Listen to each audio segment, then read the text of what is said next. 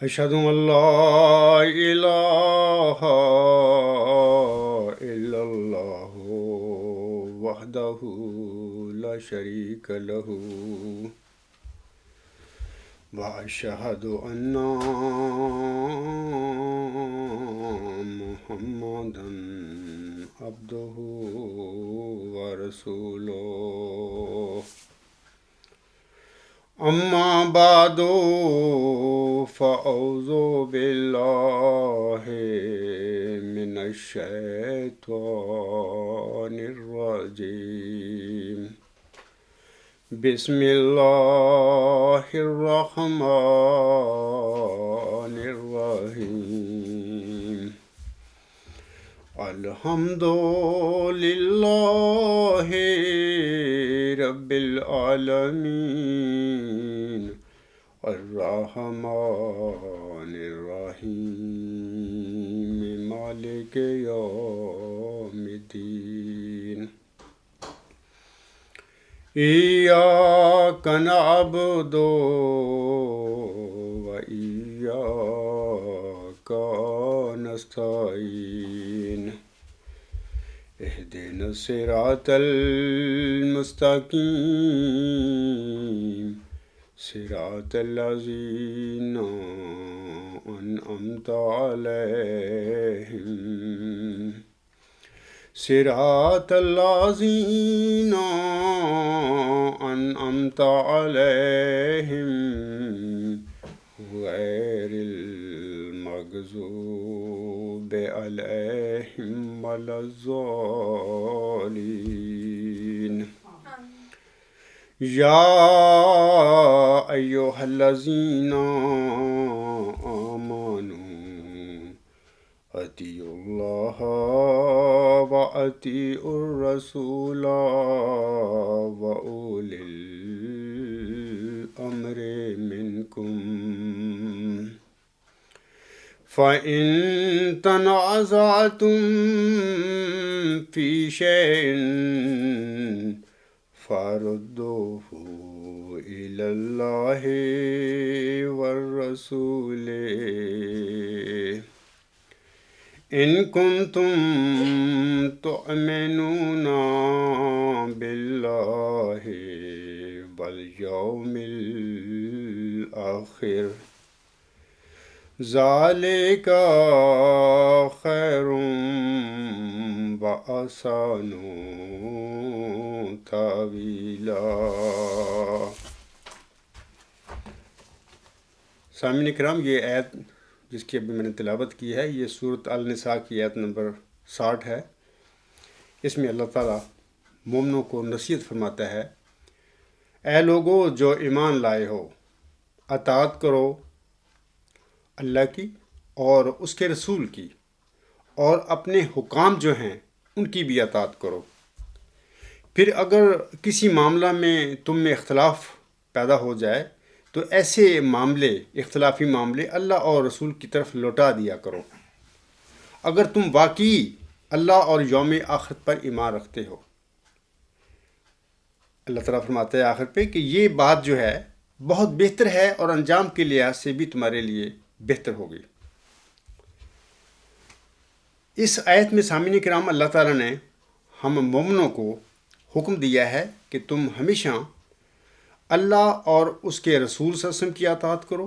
اور ساتھ بھی یہ بھی فرما دیا کہ اپنے جو حکام ہیں یا جو آپ کا حاکم ہوگا کسی وقت اس کی بھی اطاعت کرو۔ دوسری بات اللہ نے یہ فرما دی کہ جب کبھی تم لوگوں میں کوئی تنازعہ واقعہ ہو جائے، کوئی اختلافی بات پیدا ہو جائے، تو اس تنازعہ، اس اختلافی بات کا فیصلہ جو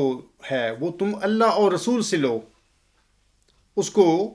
اختلافی معاملے کو اللہ اور رسول کی طرف لٹانے کا مطلب یہ ہے کہ اس اختلافی معاملے کا جو حل ہے وہ اللہ اور رسول کی تعلیم سے لو، اور اپنے کسی حاکم سے اس کا فیصلہ نہ لو۔ اور تیسری بات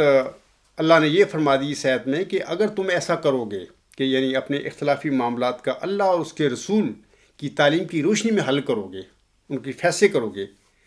تو یہ بات تمہارے لیے ہر لحاظ سے اچھی ہوگی اس دنیا میں بھی، اور انجام کے لحاظ سے بھی یہ بات بہت بہتر ہوگی تمہارے لیے۔ علاوہ اس کے میں آپ لوگوں کو بتانا چاہتا ہوں کہ جناب مرزا طاہر احمد صاحب جو ہیں اس آیت کے حوالے سے اپنے ترجمہ شدہ جو قرآن کریم ہے اس کے صفحہ 140 پر فرماتے ہیں، باقاعدہ نوٹ دے کے وہ فرماتے ہیں، وہ کہتے ہیں دوسرے یہ کہ جو مسلمان حاکم ہو اس سے کسی معاملہ میں تنازع کا کیا سوال ہے جس کو اللہ اور رسول کی طرف لٹایا جائے۔ وہ کہتے ہیں آگے، یہاں اللہ اور رسول سے واضح مراد قرآنی تعلیم ہے۔ پس کوئی بھی حاکم ہو، مسلم ہو یا غیر مسلم ہو، اگر قرآن کریم کی بنیادی تعلیم کے خلاف عمل کرنے کا حکم دے تو ایسی صورت میں قرآن کی بات ماننا ہوگی، نہ کہ کسی حاکم کی بات ماننا ہوگی۔ یہ ان کا الفاظ ہیں۔ بہرحال وہ بھی اسی بات پر زور دیتے ہیں کہ اللہ اور رسول کی طرف اپنے تنازع کو لٹانے سے مراد یہ ہے کہ اس تنازع کا فیصلہ جو ہے، حل جو ہے، اللہ اور قرآن کریم کی تعلیم میں کرو۔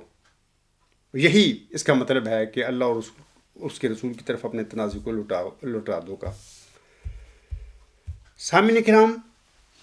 جماعتی احمدیہ اصلاح پسند یا جماعتی احمدیہ قادیان کہہ لیں، یا اس عاجز اور جماعتی احمدیہ کے خلفاء جو علماء ہیں ان کے درمیان یہ جو تنازع ہے، وہ تنازع جو ہے مین جو سر فہرست تنازع ہے وہ پیشگو مسلم موعود کا تنازع ہے۔ جناب بشیر الدین محمود کا دعویٰ مسلم موعود قرآن کریم کی تعلیم کے خلاف تھا یا کہ قرآن کریم کی تعلیم کے مطابق تھا، یہ اصل تنازع ہے۔ فیصلہ ہم نے یہ کرنا ہے اس تنازع کا کہ انہوں نے دعویٰ کر دیا، بلکہ دعویٰ سے پہلے جب وہ خلافت کی گدی پر بیٹھے ہوئے 1914 میں، اسی وقت اس کے حواریوں نے اس کو مسلم موعود ڈکلیئر کر دیا تھا، مسلم موعود بنا دیا تھا، اس کے مسلم موعود ہونے کے دعوے کر دیے تھے، ریٹن بھی کر دیے تھے، زبانی بھی کر دیے تھے۔ پھر 30 سال پھر وہ دیکھتا رہا جماعت کے لوگوں کی مختلف رنگ میں ان کا ذہنوں کی پڑتال کرتا رہا کہ اس پیشو کے معاملے میں احمدی حضرات جو ہیں ان کا کیا خیال ہے۔ 30 سال کے بعد پھر انہیں وہ موقع مل گیا، یعنی اس کی نفسانی خواب اس نے دیکھ لی۔ اس کے بعد پھر اس نے یہ دعویٰ کیا 1944 میں۔ تو یہ جھگڑا ہمارا یہ ہے کہ بشیر الدین محمود نے جب یہ دعویٰ کیا بشیر الدین محمود احمد کا یہ دعویٰ قرآن کریم کی تعلیم کے مطابق ہے یا کہ نہیں ہے، یہ تنازع ہے۔ میں آپ لوگوں کو بتانا چاہتا ہوں کہ ابتدا اپریل 1993 میں خاکسار نے اپنا دعویٰ جو ہے موعود ذکی غلام مسیح الزماں کا جو ہے یہ 2 کتابچوں کی شکل میں نے جناب اس وقت کے جو خلیفہ تھے، چوتھے خلیفہ رابع صاحب، اس کے آگے رکھا تھا۔ میں آپ لوگوں کو بتانا چاہتا ہوں کہ میں نے، اگر آپ الغلام.com کی ویب سائٹ پڑھیں، وہاں پر اس عاجز کے 3 خطوط وہاں پر آپ پڑھو گے، آن ایئر ہیں، ان کے جواب بھی جو خلیفہ رابع صاحب نے دیے تھے وہ بھی آپ وہاں پہ پڑھ سکتے ہیں۔ میں آپ لوگوں کو بتانا چاہتا ہوں کہ پہلے خط میں نے 3 دفعہ خلیفہ رابع صاحب کو اے میرے آقا، اے میرے سید کے نام سے پکارا، اور دوسرا جو خط ہے اس میں آپ دیکھیں 62 ٹائمز میں نے مرزا طاہر احمد صاحب کو اے میرے آقا، اے میرے سید کہہ کر پکارا تھا، اور ان کو اپنے جو نقطہ نظر ہے، مقدمہ ہے جو میرا یا دعویٰ ہے، اس کی طرف توجہ دلائی تھی کہ اس پہ غور کریں۔ تیسرا جو خط ہے وہ جو میں نے لکھا تھا 2002 میں 10 جون کو، اس میں آپ بشک گنے وہاں پر کہ 44 دفعہ میں نے خلیفہ رابع صاحب کو اے میرے آقا، اے میرے سید کہہ کے پکارا تھا۔ مقصد میرا کہنا کا یہ تھا ان کو کہ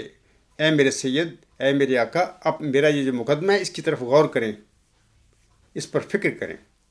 اس پر کوئی اپنا فیصلہ دیں مجھے۔ اور یہ ٹوٹل 109 دفعہ تینوں خطوں میں نے ان کو اے میرے آقا، اے میرے سید کہہ کے پکارا تھا۔ اور آپ یاد رکھیں کہ بانی جماعت حضرت مرزا غلام السلام کی یہ تعلیم ہے کہ تم سچے ہو کر جھوٹوں کی طرح تزلل اختیار کرو۔ میں اس وقت بھی جانتا تھا اور اب بھی جانتا ہوں کہ یہ غلطی خوردہ لوگ ہیں، یہ سچائی سے دور جا چکے ہیں۔ یہ کوئی خلافت نہیں ہے، یہ خلافت کے نام پر ایک دھندا ہے، ان کا ایک دکان ہے انہوں نے بنائی ہوئی۔ اللہ، اس کے رسول، اس کے مسیح موعود السلام کا نام لیتے ہیں، خلیفہ کہتے ہیں اپنے، جو ان کا ہیڈ ہوتا ہے خلیفہ کہتے ہیں۔ یہ سارے دھوکے ہیں لوگوں کے لیے، حتیٰ کہ یہ ہے اصل ایک دکان، مذہبی دکان ہی، ایک کاروباری دکان ہے ان کی بنائی ہوئی۔ تو اس وقت بھی میں جانتا تھا، اب بھی میں جانتا ہوں کہ یہ کوئی خلیفے نہیں ہیں، لیکن اس کے باوجود میں نے بڑے تذلل کے ساتھ سچا ہوتے ہوئے 109 دفعہ مرزا طاہر کو اے میرے سید، اے میرے آقا کر کے پکارا تھا اپنے خطوط میں، جب میں نے اپنا مقدمہ ان کے آگے پیش کیا ہے۔ تو اس طرح آپ لوگ نہیں کہہ سکتے کہ اب جو کیفیت پیدا ہو چکی ہے، میں سمجھتا ہوں گزشتہ خطبہ بھی میں نے یہ کہا تھا کہ اب اگر یہ لوگ میرے دونوں سوالوں کا جواب نہیں دیتے، وہ دو سوال یہ ہیں کہ میں ان سے کہتا ہوں کہ جناب وہ ذکی غلام، وہ مسلم ہو تو اللہ تعالیٰ نے محمدی مریم کے گھر میں بطور ان کے جسمانی لڑکے کے ان کو دیا ہی نہیں تھا، وہ پیدا ہی نہیں ہوا۔ اس طرح کسی بھی لڑکا جو ہے حضور صاحب کا، اس کا دعویٰ مسلم ہو قطعاً غلط اور جھوٹا دعویٰ ہوگا۔ ایک تو اس کا یہ جواب دیں مجھے کہ وہ پیدا ہوا تھا اور وہ بشیر الدین محمود تھا۔ دوسرا یہ ہے کہ میں اپنے دعویٰ کی سچائی کے لیے ان لوگوں کے آگے اپنا الہامی جو میرا ہے نظریہ جو ہے، ڈیوائن تھیری جو ہے، ورچوئس گاڈ، ان کے آگے رکھتا ہوں، اور میں ان لوگوں سے کہتا ہوں کہ اس میں اللہ تعالیٰ نے جو مرکزی علامتیں ہیں علمی، اس ذکی غلام کی جو اللہ نے اس پیشگوئی میں 20 فروری 1886 کی مفصل پیشگوئی میں بیان فرمائی ہوئی ہیں، اس میں اللہ تعالیٰ نے وہ جو علم و معرفت سے متعلق اس ذکی غلام کی جو نشانیاں ہیں، وہ ساری اللہ تعالیٰ نے اس عاجز کے وجود میں پوری فرما دی ہیں اس ورچوئس گاڈ نظریہ میں۔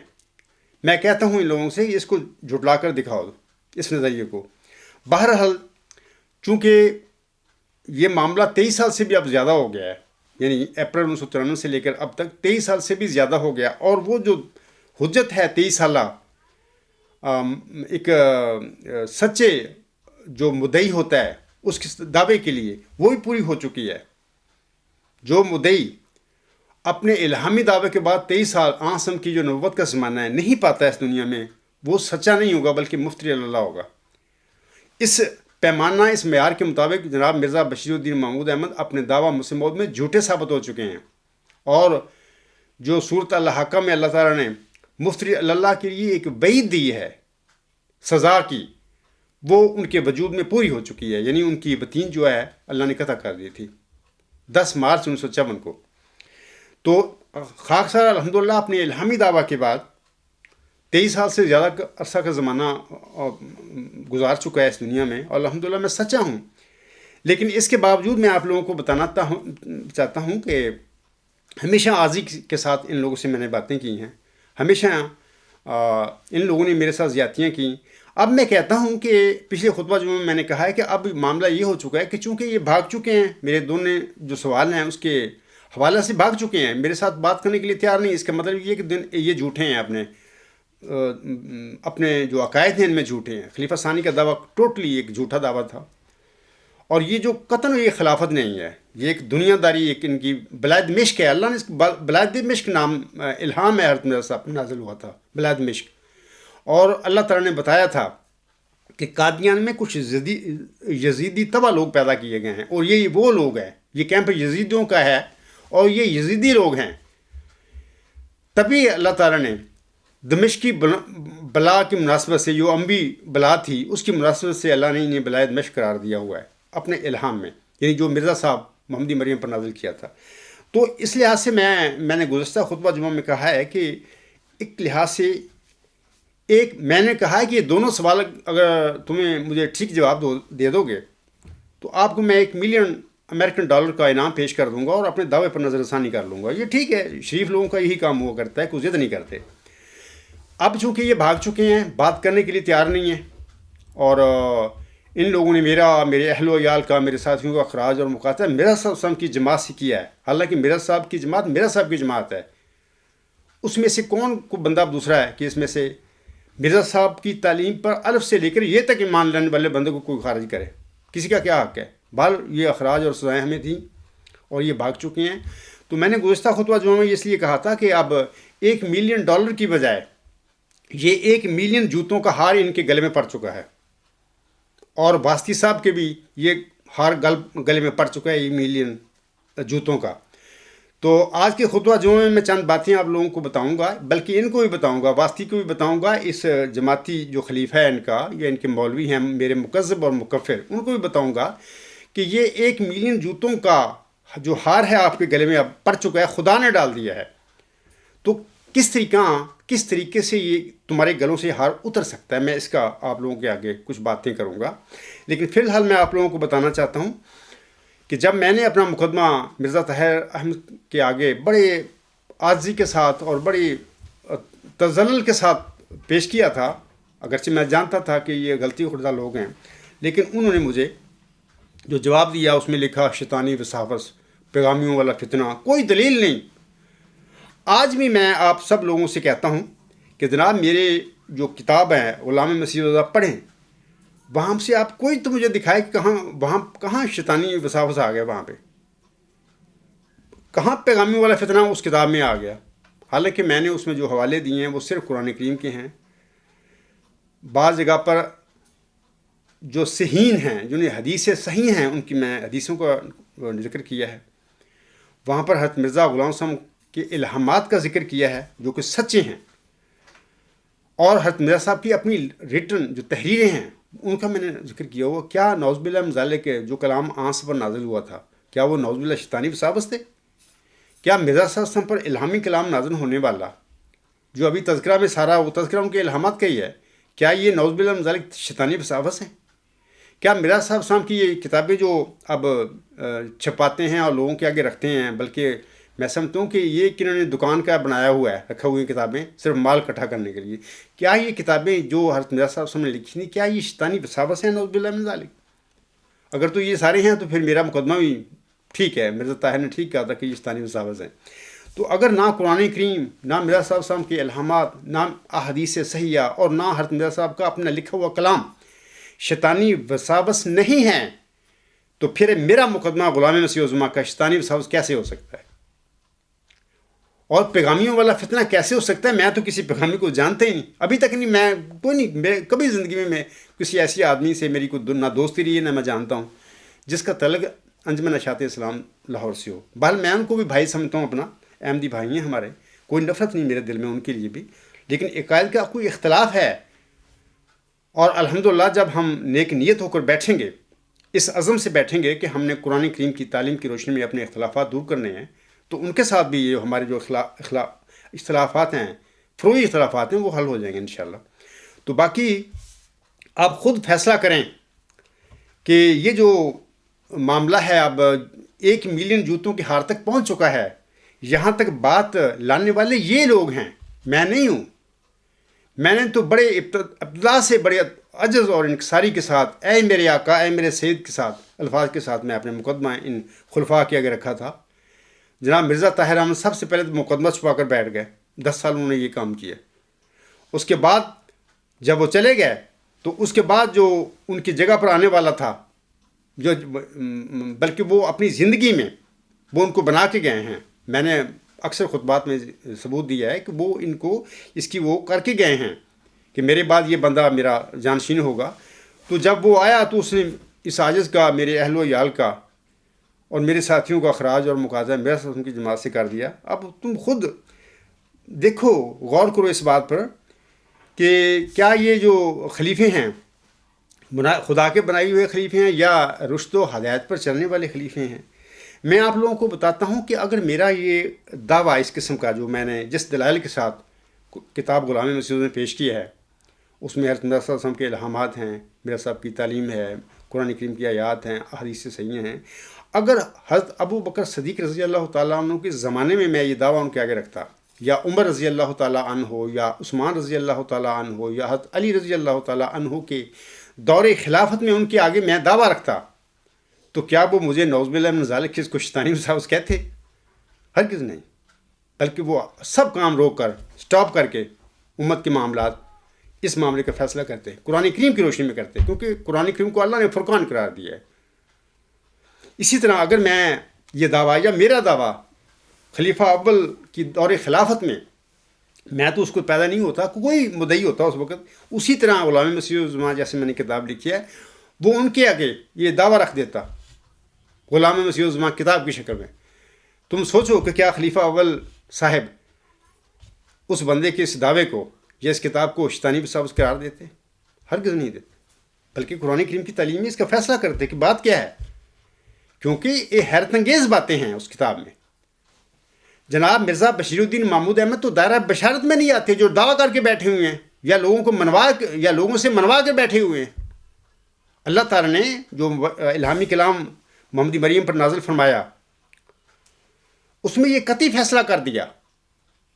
ملم کے آگے کہ یہ جو ذکی غلام ہے، یہ جو معود مصلح ہے، یہ تو مسیح مبارک احمد ہوگا، یعنی مبارک احمد کی بعد پیدا ہوگا۔ تو مبارک احمد کی پیدائش کے بعد تو حضور صاحب کے گھر میں کوئی نرینہ، کوئی جسمانی لڑکا ہی نہیں پیدا ہوا، نرینہ اولاد ختم ہو گئی 14 جون 1899 میں۔ اب خود خیال کریں کہ یہ جو دعوے کر کے بیٹھے ہوئے ہیں مسلم موعود کے خلیفہ ثانی صاحب، جو 12 جنوری 1899 کو پیدا ہوا تھا، کیا ان کے دعوے قرآن کریم کے مطابق ہیں؟ کیا ان کے یہ دعوے مبشر الہامات جو محمدی مریم پر نازل ہوئے تھے اس کے مطابق ہیں؟ ہرگز نہیں ہیں۔ یہ جو ابھی میں نے کہا ہے کہ یہ جو اب جناب واسطی صاحب کے گلے میں بھی اور ان کے خلفاء ہیں قادیانی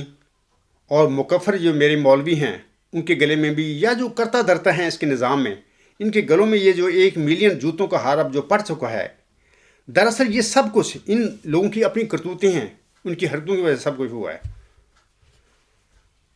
اس کے ذمہ دار قادیانی خلفاء اور میرے مکفر اور مکذب مولوی ہیں،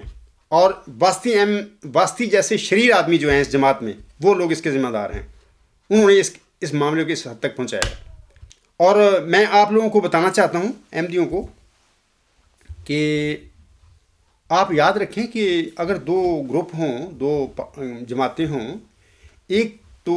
قرآن کریم کی روشنی میں، حضرت مرزا صاحب السلام کی الہامات کی روشنی میں فیصلہ کرنے کے لیے میدان میں کھڑی ہو، اور دوسرا گروپ بھاگ جائے کہ وہ نہیں، ہم نے نہیں کام یہ فیصلہ کرنا قرآن کریم کی روشنی میں یا الہامات کی روشنی میں مرزا صاحب علیہ السلام کے، وہ بھاگ جائے۔ اب تم خود خیال کرو، کچھ سوچو، فیصلہ کر لو کہ کون جھوٹا کون سچا ہے۔ بھاگنے والا جھوٹا ہے، کیونکہ اس کو پتہ ہے میں تو جھوٹ ہوں، میرا معاملہ ہی، میرا دعوی، خلیفہ ثانی کا دعوی جھوٹا ہے۔ ہم تو جب قرآن کریم کی روشنی میں، حضرت مرزا صاحب السلام کے الہامات کی روشنی میں یہ فیصلہ کریں گے پیشگو مسلم موعود کا، ہم تو جھوٹے ثابت ہوں گے۔ یہ تو سارے ہماری دکان ختم ہو جائے گی، یہ کاروبار جو ہمارے بنایا ہوا ہے، پھر کیا بنے گا؟ تو یہ پھر وہ نہیں میدان میں کھڑے ہو کر بات نہیں کریں گے، بھاگ جائیں گے۔ تو میں عام احمدیوں کو کہتا ہوں کہ دیکھیں، اصل فیصلہ تو ہو چکا ہے اس عاجز کے درمیان، اور تمہارا جو نام یاد خلیفہ ہے یا مولوی ہیں، ان کے درمیان فیصلہ ہو چکا ہے کہ یہ بھاگ چکے ہیں، قرآن کریم سے بھاگ چکے ہیں، مرزا صاحب السلام کے الہامات، ان کے اپنا کلام جو ہے اس سے بھاگ چکے ہیں۔ میں کھڑا ہوں میدان میں، بھی آؤ بات کریں، لیکن یہ بات کرنے کے لیے تیار نہیں۔ یہی فیصلہ حق اور سچ ہے کہ یہ جھوٹے ہیں، خلیفہ ثانی کا دعویٰ جھوٹا ہے، کوئی سچا دعویٰ نہیں تھا۔ جو صادق ہوتے ہیں، میرا صاحب السلام ساری زندگی، آخری سانس جو انہوں نے 23 مئی 1908 کو وفات ہوئی تھی، اس دن بھی وہ میدان میں کھڑے تھے، امت کے آگے، عیسائیوں کے آگے، ہندوؤں کے آگے، وہ نہیں بھاگے تھے، حتیٰ کہ ظاہر ان کے اجل کا وقت آ گیا، وہ اللہ تعالیٰ کے پاس پہنچ گئے۔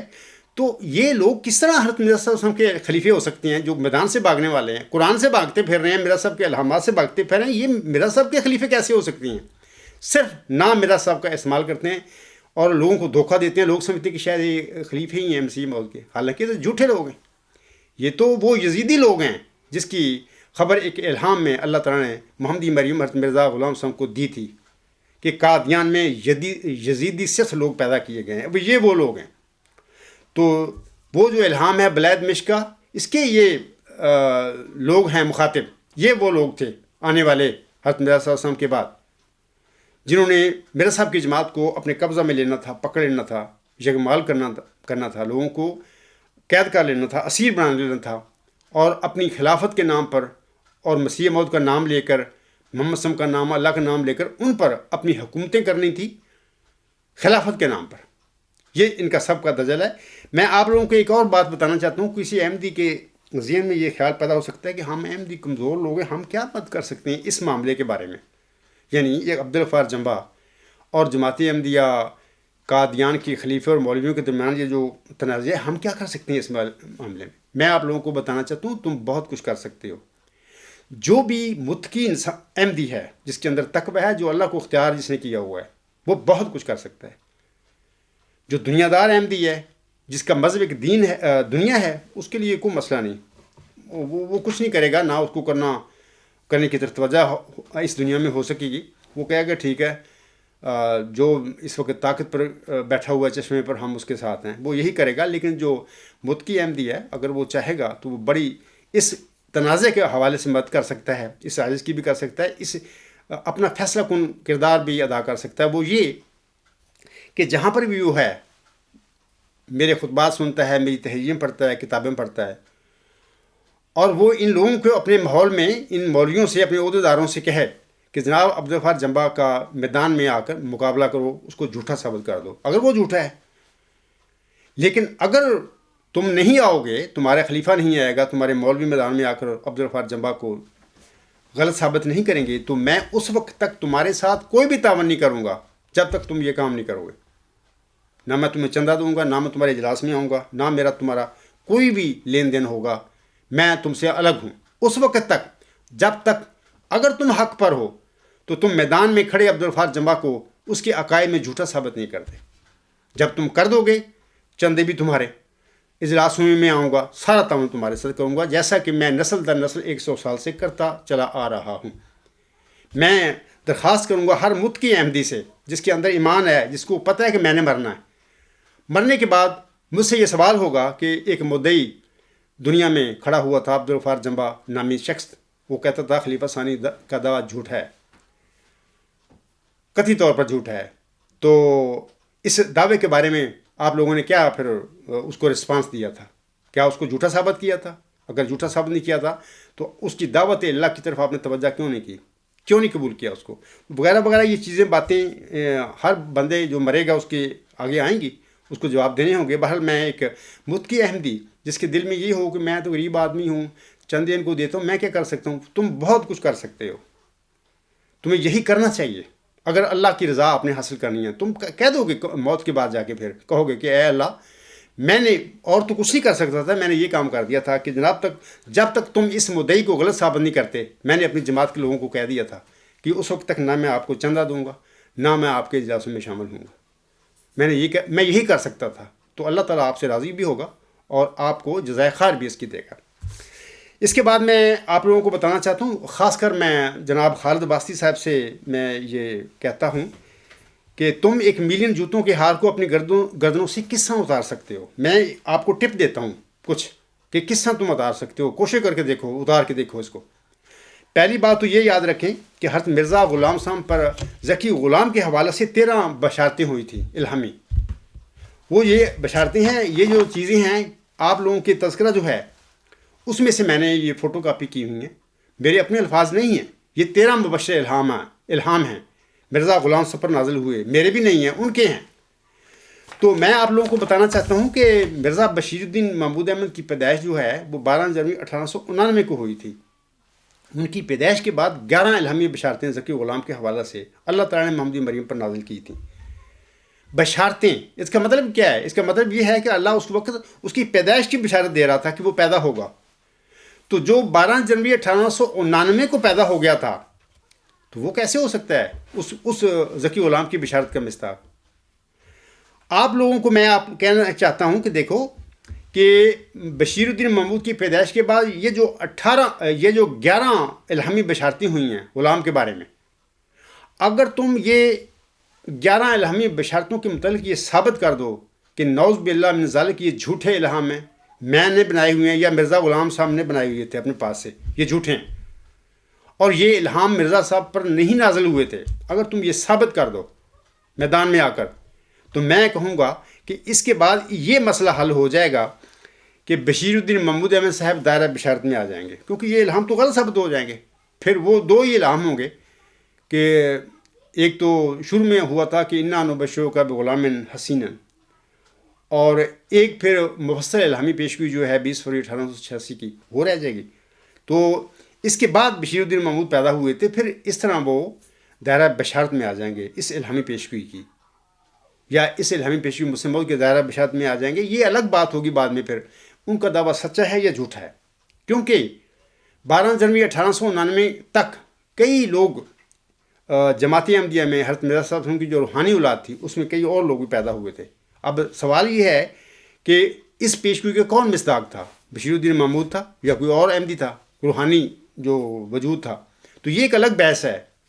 لیکن یہ بات اگر تم 11 الہاموں کو، الہامی بشارتوں کو تم جھوٹی ثابت کر دو، نعوذ باللہ من ذالک، کہ یہ مرزا صاحب پر الہام نازل نہیں ہوئی تھیں، یہ جھوٹے ہیں، مرزا صاحب نے اپنے پاس سے بنائے تھے یہ،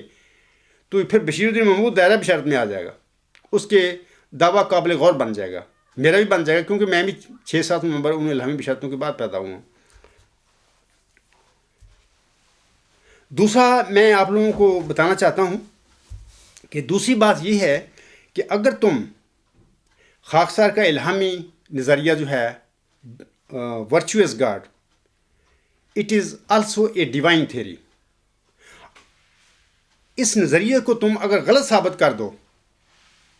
میں نے صرف 3 لفظ نہیں آپ لوگوں کو یہ الہامی مجھ پر نازل ہوئے میں نے آگے رکھے ہوئے، بلکہ آپ یاد رکھیں کہ 108 صفحات پر مشتمل یہ ورچوئس گاڈ جو ڈیوائن تھیوری ہے یا ریویلڈ تھیوری ہے، الغلام.com پر موجود ہے۔ 108 صفحات ہیں اس کے، یہ صرف 3 لفظ نہیں ہیں ورچوئس گاڈ۔ اگر تم اس کو جھٹلا سکتے ہو تو جھٹلاؤ،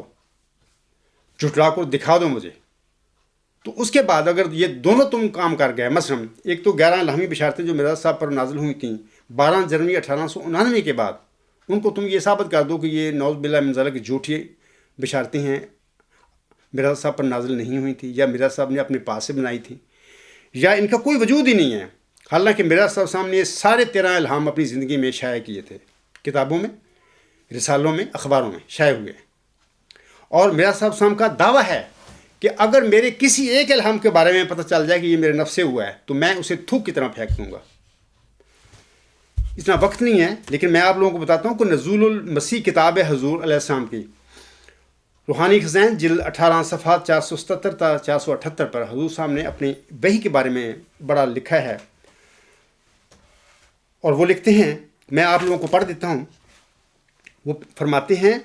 آنچ من بے شمم زے وحی خدا، بخدا پاک دانمش زے خطا، جو کچھ خدا کی وحی سے میں سنتا ہوں، خدا کی قسم میں اسے غلطی سے پاک سمجھتا ہوں۔ ہم چو قرآن منزہ اش دانم از خطاہا ہمیست ایمانم، میں اسے قرآن کی طرح غلطیوں سے پاک جانتا ہوں اور یہی میرا ایمان ہے۔ باخدا ہست این کلام مجید از دہان خدائے و مجید، خدا کی قسم یہ خدا کا کلام ہے اور وہ خدائے قدوس اور بزرگ اور واحد خدا کے منہ سے نکلا ہوا ہے۔ یقین کے بود ایسارا بر کلام کی شد برو الکا، وہ یقین جو عیسیٰ علیہ السلام کو اس کلام پر تھا جو اس پر نازل ہوا، وہاں یقین کلیم بر تورات، وہاں یقین ہائے سید السادات صلی اللہ علیہ وآلہ وسلم، اور وہ یقین جو موسیٰ علیہ السلام کو تورات پر تھا، اور وہ یقین جو سید المرسلین صلی اللہ علیہ وسلم کو حاصل تھا۔ نیم زاں ہما باروئے یقین، ہر کے گوید دروغ ہس لئیں۔ آپ علیہ السلام فرماتے ہیں، یعنی محمدی مریم حضرت مرزا غلام السلام فرماتے ہیں، میں یقین کے معاملہ میں ان میں سے کسی سے کم نہیں ہوں، جو جھوٹ بولتا ہے وہ لعنتی ہے۔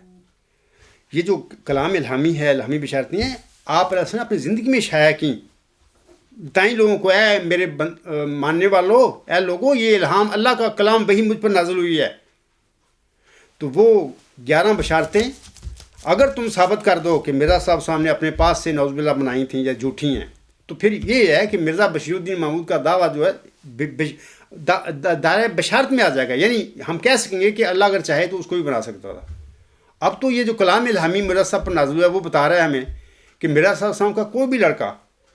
مسلم موعود نہیں ہو سکتا، کیونکہ اللہ نے اپنے الہامی کلام میں بتا دیا کہ میں آپ کے کسی لڑکے کو مسلم موعود نہیں بناؤں گا۔ اب مصیبت یہ ہے جماعتی احمدیہ قادیان میں ایک لڑکا بن کے بیٹھا ہوا ہے اور اپنا دعویٰ منوا کے بیٹھا ہوا ہے، اور ایک نظام کے ساتھ لوگوں کو اسیر بنا کے بیٹھا ہوا ہے، اور ایک خلافت کے نام پر ایک گدی بنا کے بیٹھے ہوئے ہیں، ایک حکومت کی، اقتدار کی، مذہبی خلافت کے نام پر۔ اب لوگ کیا کریں، بیچارے کدھر جائیں؟ نسل در نسل وہ بیچارے اس جماعت میں پیدا ہوئے ہیں، وہ کدھر جائیں؟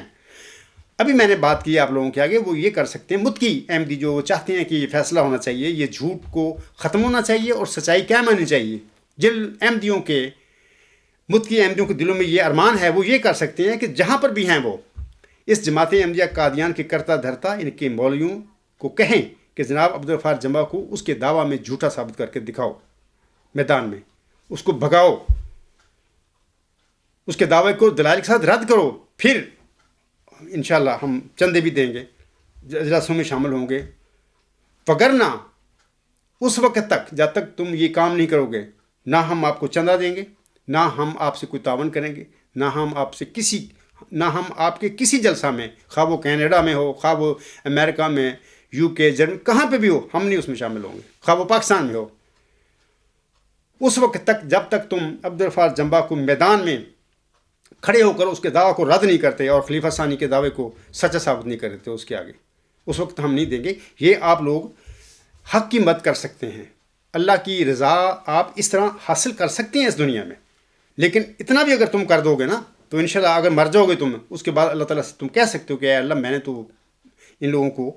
جماعت احمدیہ قادیان کے لوگوں کو جنہوں نے عبدالغفار جمبا اور اس کے اہل و عیال اور اس کے ساتھیوں کو جماعت سے، مرزا صاحب کی جماعت سے خارج کیا تھا اور مقاطعہ کیا تھا، میں نے اپنی زندگی میں ان لوگوں کا اس وقت تک جب تک یہ عبدالغفار جمبا کو میدان میں آ کر جھوٹا ثابت نہیں کرتے، میں نے ان سے کہہ دیا تھا کہ نہ میں نے آپ کو چندہ دوں گا، نہ میں آپ سے کوئی تعاون کروں گا، نہ آپ کے جلسے جلسوں میں شامل ہوں گا. میں نے تو یہ کر دیا تھا. تو میں سمجھتا ہوں اتنا بھی اگر تم کر گئے، جو بھی کر دے گا وہ بھی الحمدللہ میں سمجھتا ہوں کہ کچھ نہ کچھ اس کو بھی اللہ تعالیٰ آپ رحم فرمائے گا، وہ اس کی اللہ کی رحمت کا وہ بن جائے گا، مستاق بن جائے گا، اللہ اس کو سزا نہیں دے گا. یہ بہت بڑی بات ہے اگر کوئی چاہے تو. علاوہ اس کے میں سامعین کرام سقراط کے نظریہ ورچوئز نالج کے متعلق پروفیسر ڈبلیو ٹی اسٹیس جو ہے اپنی کتاب critical history of Greek philosophy میں لکھتے ہیں. یہ جو حوالہ میں آپ پڑھوں گا اس کا ہے a critical history of Greek philosophy, صفحہ 149. یہ کتاب 1919 میں شائع ہوئی تھی. اس میں یہ عظیم آدمی ہے، ایک فلاسفر ہے، خود برٹش تھا،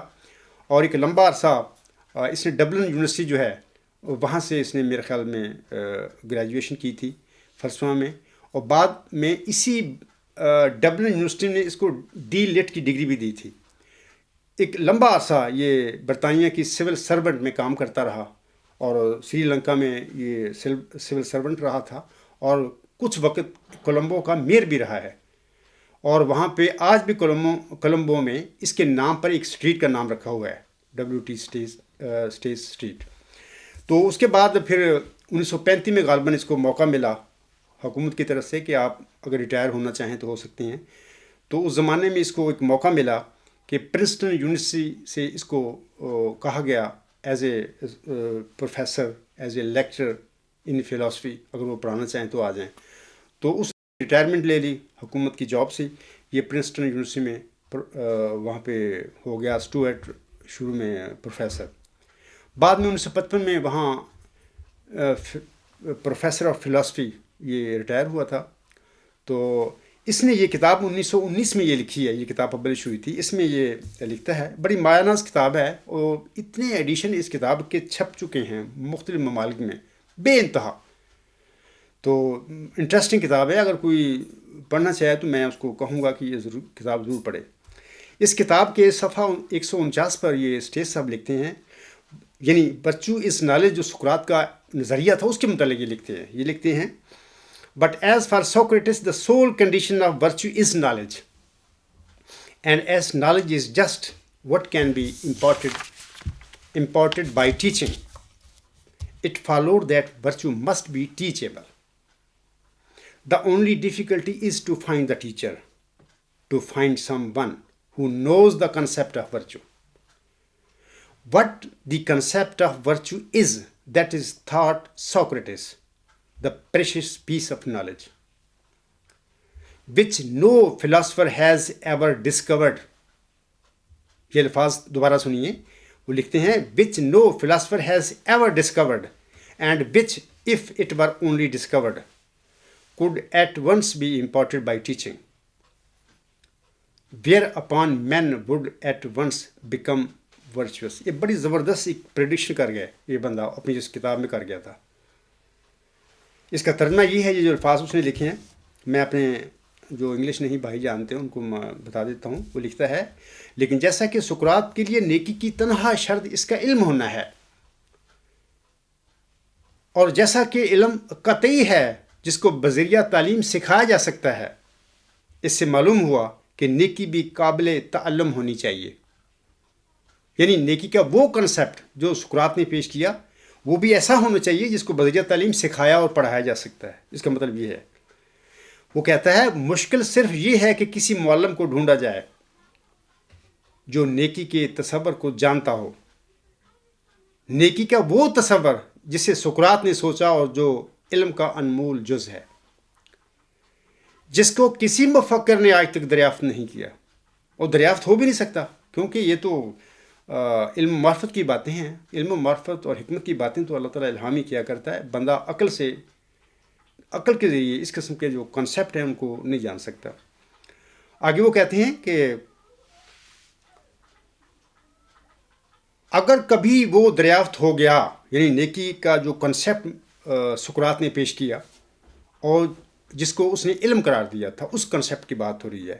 اگر کبھی وہ دریافت ہو گیا تو فوراً اسے پڑھایا جائے گا اور اس طرح انسان فوراً نیک ہو جائیں گے. یہ ایک پریڈکشن، ایک پیش ہوئی بندہ 1919 میں اپنی کتاب لکھی جی اسی تھی، اس میں وہ کر گیا. میں آپ لوگوں کو تھوڑا سا ایک دو باتیں بتاتا ہوں اس حوالے کے متعلق. سقراط نے جس نیکی کا تصور پیش کیا تھا سامعین کرام،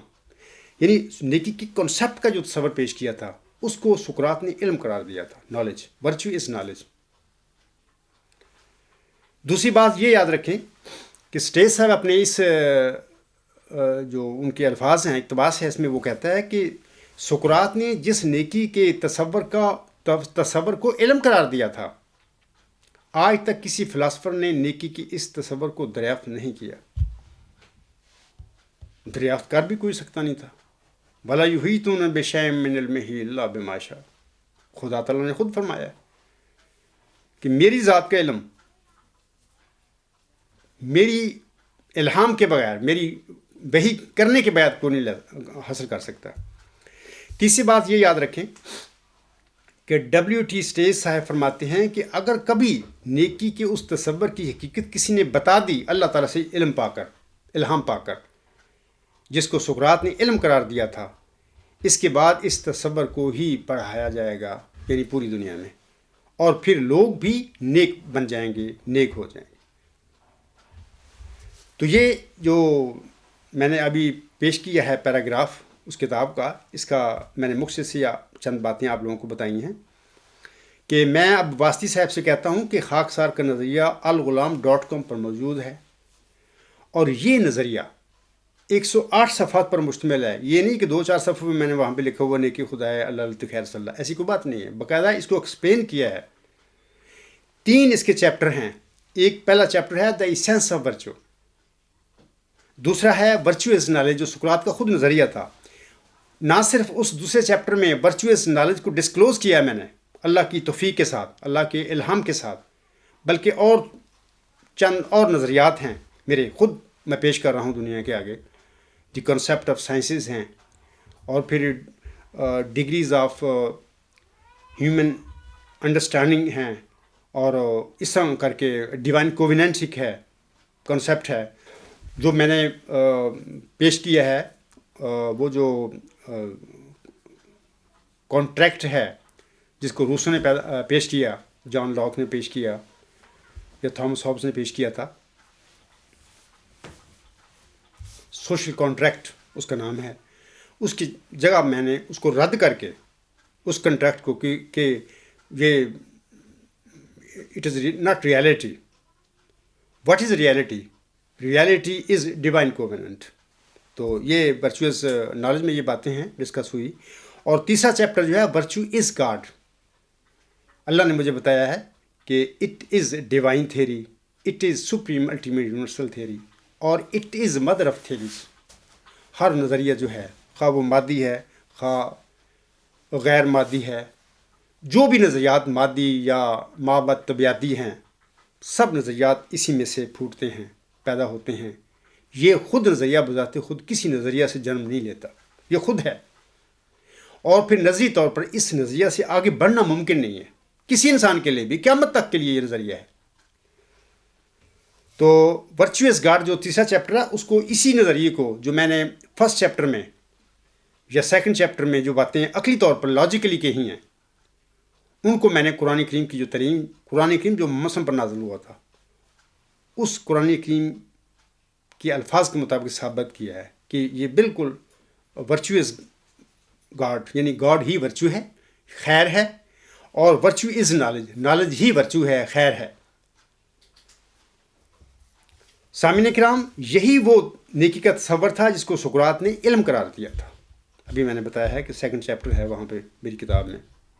تو اس کو علم قرار دیا تھا۔ اور جب ہم دیکھتے ہیں کہ جس نیکی کے تصور کو سقراط نے علم قرار دیا تھا، اور اس نیکی کے تصور کو میں گاڈ کہتا ہوں، اللہ نے مجھے الہاماً بتایا کہ ورچوئس گاڈ، تو اس کا پھر نتیجہ کیا نکلتا ہے؟ اس کا نتیجہ یہ نکلتا ہے کہ علم خدا ہے، خدا علم ہے۔ اگر آپ اس پہ غور کرو تو یہ بہت بڑا انقلابی نظریہ ہے دنیا میں، اتنا بڑا انقلابی نظریہ ہے کہ تم سوچ بھی نہیں سکتے۔ اور یہ بھی یاد رکھیں کہ یہی جو نظریہ ہے ورچوئس گاڈ، اعلیٰ انتہائی ہماغیر نظریہ، یہی فتح اور غلبہ اسلام کا موجب بننے والا ہے انشاءاللہ تعالیٰ۔ یہی وہ نظریہ ہے جس کے متعلق حضور صاحب نے 100 سال پہلے فرمایا تھا، مغرب کو اب وہ سچے خدا کا پتہ لگے گا، یعنی سچائی کا سورج مغرب سے چڑھے گا اور یورپ کو سچے خدا کا پتہ لگے گا، یعنی یہی وہ نظریہ ہے۔ تو انشاءاللہ تعالیٰ جو یورپ کو بلکہ پوری مغرب کو سچے خدا جو ہے اس کا علم اور معرفت جو ہے وہ اس سے آگاہ کرنے والا ہے۔ اور یہی میں سمجھتا ہوں کہ فتح اور ظفر کی کلید اس کو اللہ تعالیٰ نے قرار دیا ہے 20 فروری 1886 کے ہم پیش گوئی میں۔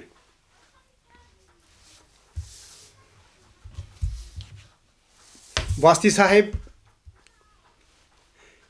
مرزا بشیر الدین محمود کی پیدائش کے بعد نازل ہونے والے ذکی غلام سے متعلق 11 جو مبشر الہامات ہیں، اگر تم اس کو جھوٹے ثابت کر کے دکھا دو، نعوذ باللہ من ذالک میں کہتا ہوں کوئی جھوٹے تو ہے ہی نہیں ہے، تو آپ کر دو۔ دوسرا یہ ہے کہ ورچوئس گاڈ کو نعوذ باللہ جھوٹا نظریہ ثابت کر کے دکھا دو۔ اگر تم اور جماعت احمدیہ قادیان یہ دونوں کام کر گئے تو 1 ملین جوتوں کا ہار تمہاری گردنوں سے خاک سر اتار لے گا، میں اتار دوں گا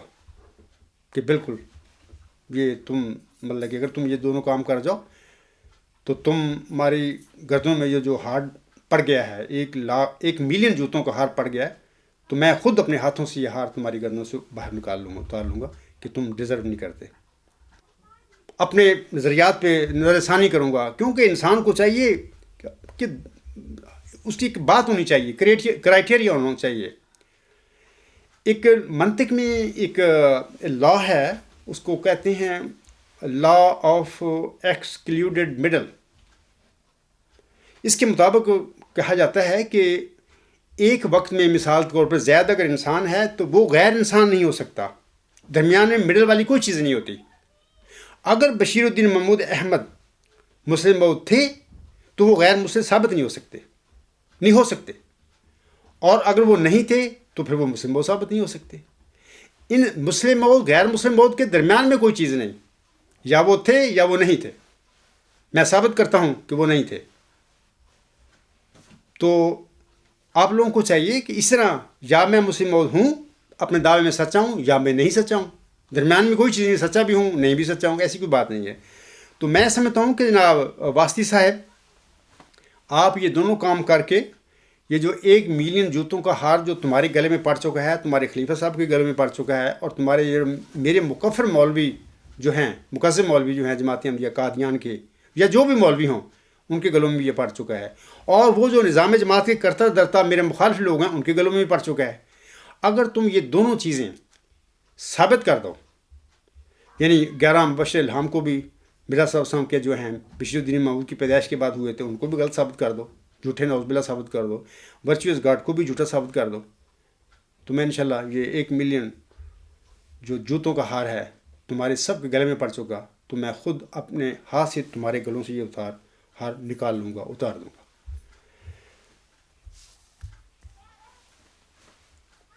اور میں اسی کے اوپر اپنا اس خطبے کو ختم کر دیتا ہوں، لیکن میں ایک بات آخر میں بتانا چاہتا ہوں۔ حضرت مرزا صاحب السلام فرماتے ہیں، ملفوظات جلد 2 صفحہ 538 پر فرماتے ہیں، یہ ایک عمومی بات انہوں نے کی ہے کہ جب آپ فرماتے ہیں جب ایک عقیدہ پرانا ہو جاتا ہے اور دیر سے انسان اس پر رہتا ہے تو پھر اسے اس کے چھوڑنے میں بڑی مشکلات پیش آتی ہیں۔ یہ انہوں نے ایک عام نفسیاتی بات کی ہے عقائد کے سلسلے میں۔ آگے وہ کہتے ہیں وہ اس کے خلاف نہیں سن سکتا،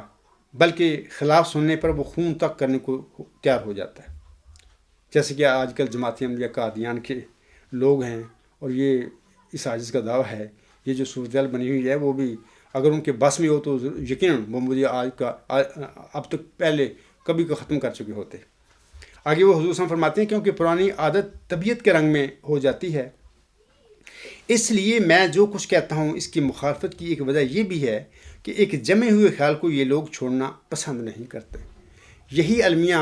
آج جماعت احمدیہ قادیان کے لوگوں کا ہے یا جماعت احمدیہ قبرستان کے لوگوں کا ہے۔ وہ نسل در نسل یہ جو جھوٹا دعویٰ مسلم موعود خلیفہ ثانی کا ہے، یوم مسلم موعود منا کے ان کے دل و دماغ میں اتار دیا گیا ہے۔ وہ جو لوگ اس نظریہ کے ساتھ ماؤں کے پیٹ سے پیدا ہوتے ہیں، اب ان کے لیے مسئلہ ہے کہ وہ اب پھر وہ ساری زندگی یوم مسلم موعود مناتے رہے۔ اب ان کے لیے یہ مسئلہ ہے کہ وہ کس طرح چھوڑے اس جھوٹے عقیدے کو، کیونکہ یہ عقیدہ ان کی عادات میں داخل کر دیا گیا ہے، ان کے دل و دماغ میں اتار دیا گیا ہے۔ یہ بڑی سازش ہے جو جماعت احمدیہ قادیان میں کی گئی ہے، بشیر الدین محمود احمد اور اس کے جانشینوں نے سب نے کی ہے۔ تبھی اب لوگ اسیر ہو چکے ہیں، کیا کریں، وہ کدھر جائیں؟ اسلام سے پہلے ہی ان قادیانی نام نہاد خلیفوں نے جماعت احمدیہ کے لوگوں کو یعنی احمدیوں کو دور کیا ان کی تکفیر کر کے، یا قسم کے ایسے معاملات پیدا کر دیے کہ جس سے امت محمدیہ بھی ایسا ایسا دور ہو گئی، اور خود امت محمدیہ نے ان لوگوں پر ان کو دائرہ اسلام سے خارج کر کے باہر بٹھا دیا ہے۔ اب باہر بیٹھے ہوئے ہیں، اب یہ کہتے پھر رہے ہیں کہ اتنے ملکوں میں اسلام احمدیت داخل ہو گئی ہے، فلاں ہو گیا ہے۔ وہ کیا ہو گیا ہے تمہارا یار؟ تم مطلب کہ اس وقت تمہارا احمدیوں کی بڑی قابل رحم حالت ہے۔ تو میں آپ لوگوں سے کہوں گا کہ آپ لوگوں کو چاہیے کہ اس طرف توجہ کریں۔ یہ جو جھوٹا عقیدہ ہے، جب یہ جماعت احمدیہ قادیان اس کو چھوڑ دے گی، میں سمجھتا ہوں کہ اس وقت احمدیت زندہ ہوگی مرزا صاحب السلام کی۔ اور خلیفہ جو ہے ان کا، ان کو چاہیے اتنا تقویٰ ظاہر کرے اپنے وجود میں، اور جو مولوی ہیں جماعت احمدیہ قادیان کے، ان کو بھی چاہیے یہ تقویٰ ظاہر کریں اپنا، اور کرتا درتا جو نظام کے ہیں ان کو بھی چاہیے کہ اتنا تقویٰ تو ظاہر کرو اپنے وجود سے کہ تم اللہ کی رضا کے لیے اور تم احمدیت کی محبت کے لیے اور تم دین اسلام کی فتح اور غلبہ کے لیے کم از کم اس جھوٹے عقیدے کو چھوڑ کر احمدیت کو زندہ تو کرو، زندہ کر دو انشاءاللہ۔ اس کے بعد دیکھو گے پھر کیا ہوتا ہے دنیا میں۔ تو بہر اسی پہ میں اپنا خطبہ ختم کرتا ہوں۔ وما علینا الا البلاغ وآخر دعوانا ان الحمد للہ رب العالمین۔ اولم وآخرم وظاہرم وباطن هو مولانا نعم المولا و نعم النصیر و نعم الوکیل۔